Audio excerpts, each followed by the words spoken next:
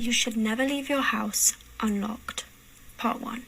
When I was about 12 years old, I lived in Kansas. Both my parents were out and I was home alone with my 2 dogs.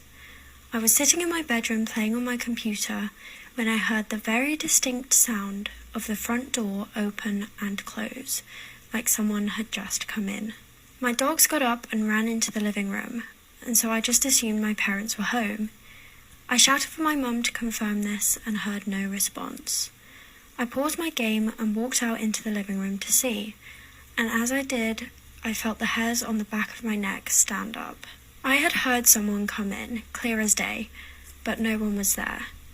I wasn't wearing headphones and I'd had the computer volume turned down, so I knew it couldn't have been the game. I tried calling my parents, but neither of them picked up, so for the first time in my life, I called the police.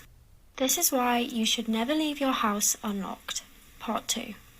I explained the situation to the 911 operator, and she told me that police were on their way. I stood there rooted to the spot, and not long after my parents got home.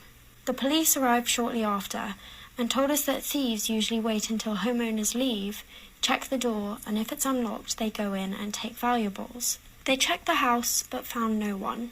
They said whoever it was probably left when they heard that someone was home. They told us to make sure that we lock the doors, but not to worry too much.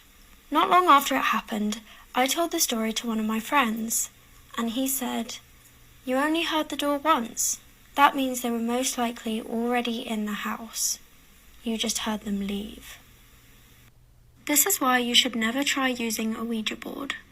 My friends and I decided to play with a Ouija board after work in our office and spoke to a girl named Quinn.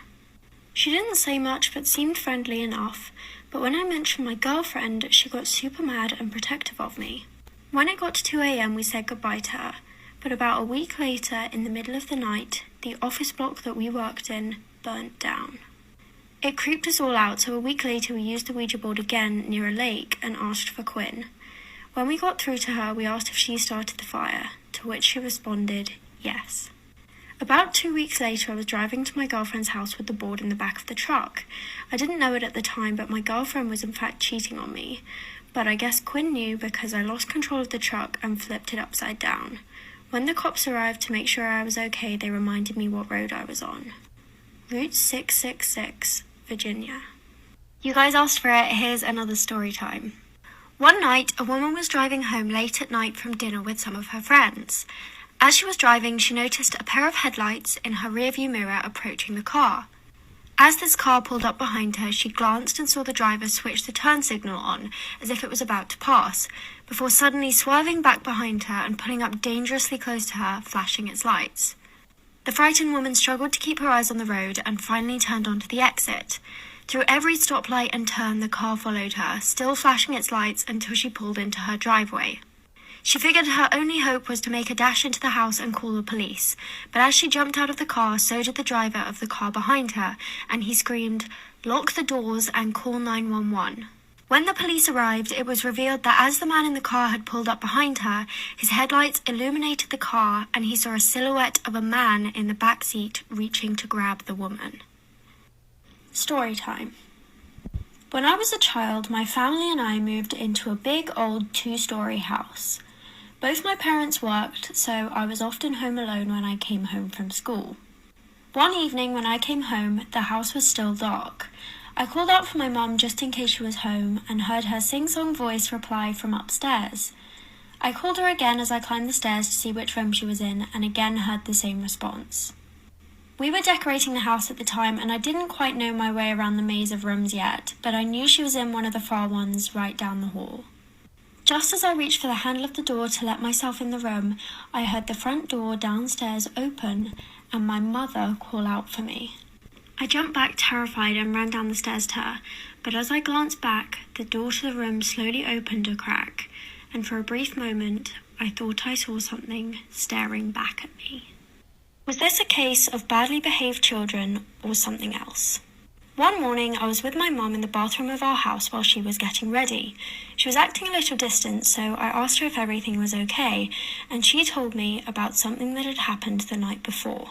At about 2 a.m, she had been woken up by a strange noise, so she got up and went to see where it was coming from. It seemed to be coming from the bathroom, and as she walked in, she saw a hairdryer plugged in and turned on in the middle of the floor. She thought it was strange, but that it was probably just one of the kids, and went back to bed. About an hour later, she was woken up again by the same sound, but this time when she went to check, it was coming from downstairs. Once again, the hairdryer was in the middle of the floor, but this time in the downstairs bathroom. As she's telling me this story, I turn to look at the closet in her bathroom, and as I do, the entire light bulb smashes into pieces. Story time. My sister and I were staying in an old hotel in the middle of rural Montana. The building had been in use since the 1800s, and it was one of my sister's favourite places. But the night we stayed there, I was kept up all night by someone pacing around on the hardwood floor in the room above ours. The next morning, I asked my sister how she'd managed to get any sleep, and she said she hadn't heard a sound. Besides, the rooms above ours were carpeted and empty. The hotel staff confirmed this, and also mentioned that the upstairs of the building had once been used as an old ballroom.